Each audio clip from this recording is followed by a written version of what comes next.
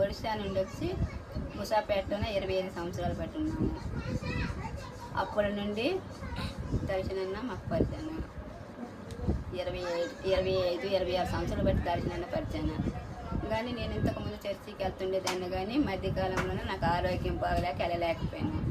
దర్శనాన్ని వచ్చి కంపల్సరీగా కళ్ళలోకి వచ్చి నీకెందుకమ్మా నేను ఉన్నాను, నువ్వు ఎలాగైనా సరే చర్చికి రావాలి, చర్చికి వచ్చినాక నీకు ఆరోగ్యం బాగుంటుందంటే అనేసి ప్రేయర్ చేసుకునేటప్పటికి ఆరోగ్యం దర్శనాన్ని ఏమన్నాడంటే నువ్వు ఇక్కడే పడుకోవాలమ్మా 3 రోజులు కంపల్సరీ ఇక్కడ పడుకోవాలని అక్కడ నిద్ర పోయినట్లు చేశాడు. కానీ నేను అక్కడ ఎవరు తెలిసిన లేక పడుకోలేక ఇంటికి వచ్చి ఇంట్లో పడుకున్నాను.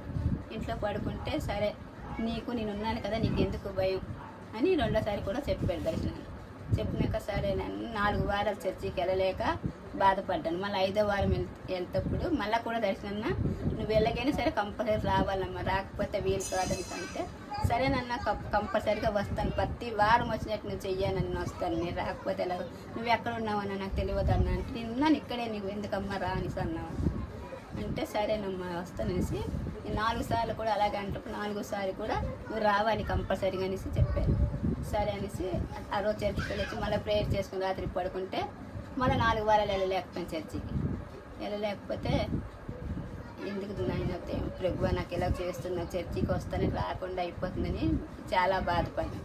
సరే నువ్వెందుకు రాలేవో నేను వస్తాను, తీసుకొని వెళ్తాను, నీకు ఎలాగైనా కంపల్సరీగా అనేసి అన్నా. మళ్ళీ 4వ వారం వెళ్ళిన నుండి ఆరోగ్యం బాగానే ఉంటుంది ఇప్పుడు. అందరికీ షలోమ్. నేను మీ దర్శన్ని మాట్లాడుతున్నాను. ఇప్పటివరకు ఏదైతే మీరు సాక్ష్యం విన్నారో ఆమె పేరు కమల. ఆమెకు కొంచెం ఎక్స్ప్లెయిన్ చేయడం అంటే సాక్ష్యం చెప్పడం రావడం లేదు కాబట్టి నేను మళ్ళీ మాట్లాడాల్సి వస్తుంది.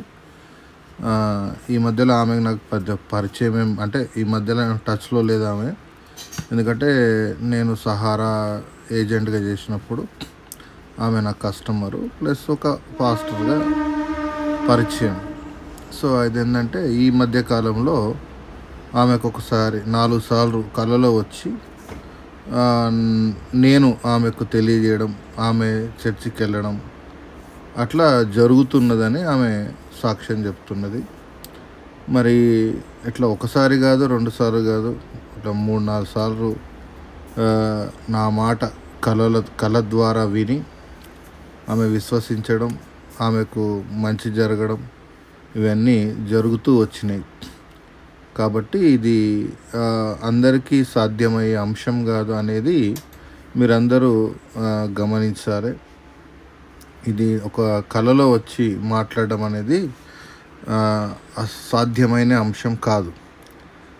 ఇంతకుముందు నేను ఆల్రెడీ చెప్పాను, ఇది 3వ సాక్ష్యంలో ఇద్దరికి ఆల్రెడీ ఇంతకుముందు 2013లో జరిగింది, ఇది ఈ మధ్యకాలంలో ఇప్పుడు జరిగింది. కాకపోతే ఆమె నాకు చెప్పలేదు, నేను కాల్ చేస్తే ఆమె చెప్పడం జరిగింది. Okay, thank you so much. నమ్మండి.